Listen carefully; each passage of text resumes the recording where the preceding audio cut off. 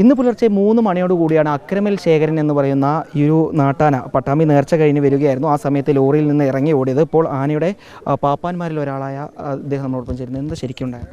ആന പേടിച്ചിട്ട് വണ്ടിയിൽ നിന്ന് ചാടിയെന്ന്, വേറെ ഒന്നും ഉണ്ടായിട്ടില്ല. ഞാനോണ്ട് ഓടി പേടിച്ചിട്ട്, വേറെ ഒന്നുമില്ല.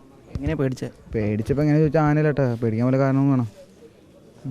ചായ കുടിക്കാൻ വേണ്ടി വേണ്ടത്? ഇല്ല, ഞങ്ങൾ വണ്ടി സൈഡാക്കിയത്, കിടന്ന് ഉറങ്ങാൻ വേണ്ടി സൈഡാക്കിയതാണ്. അപ്പോൾ അങ്ങനെയാണ് ചാടിയതാണ്. ഈ ആടിനെ കണ്ടു പേടിച്ചു എന്നൊക്കെ അതതിന് പോകണ്ടായിരുന്നു. അപ്പോൾ എന്താ കാരണം കറക്റ്റായിട്ട് ആർക്കും അറിയില്ല. പിന്നെ വേണമെങ്കിൽ ആനക്കാട് ചോദിക്കേണ്ടി വരും, അവനൊക്കെ ഉണ്ട്, ആൾക്കാരുണ്ട്, ആട് ചോദിക്കേണ്ടി വരും. നിലവിൽ ആനയെ തളയ്ക്കാൻ പറ്റിയിട്ടുണ്ട്? തളയ്ക്കാൻ പറ്റിയിട്ടുണ്ട്. കിട്ടി. ഇവിടുന്ന് കൊണ്ടുപോകും? കൊണ്ടുപോകും. ആനയുടെ ശരിക്കുള്ള പേര് നിങ്ങൾ ഏത് സ്വദേശിയുള്ള ആന? കോഴിക്കോട് അക്രമൽ സൈനുദ്ദീൻ. ആനയുടെ മുതലാളിയുടെ പേര്? ആനയുടെ പേര് അക്രമൽ ശേഖരൻ. മുത്തു. ഏതായാലും ആനയെ നിലവിൽ ഈ തിരുനെല്ലായി അമ്പാട് എന്ന് പറയുന്ന ഭാഗത്ത് വെച്ച് ആനയെ തളയ്ക്കാൻ സാധിച്ചിട്ടുണ്ട്. നിലവിൽ വടവും അതുപോലെ തന്നെ ചെങ്ങലയും ഉൾപ്പെടെ ഉപയോഗിച്ച് ആനയെ തളക്കാൻ സാധിച്ചിട്ടുണ്ട്.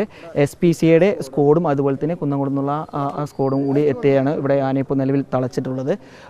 3 മണിയോടുകൂടിയാണ് ഈ ലോറിയിൽ നിന്ന് ആന ഇറങ്ങി ഓടുന്നൊരു സാഹചര്യം ഉണ്ടായത്. ഇതിന് ശേഷം ഏകദേശം 8 കിലോമീറ്ററോളം ആന ഈ ജനവാസ മേഖലയിൽ ഓടിയതിന് ശേഷമാണ് ഇപ്പോൾ ഈ മാത്തൂർ അമ്പാട് എന്ന് പറയുന്ന ഈ ഭാഗത്തേക്ക് എത്തിയത്.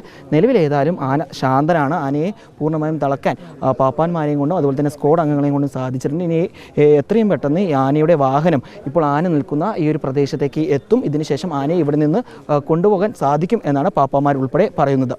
വീഡിയോ ജേർണലിസ്റ്റ് വിനയരാജിനൊപ്പം reporter Iqbal Arakkal, in reporter, Palakkad.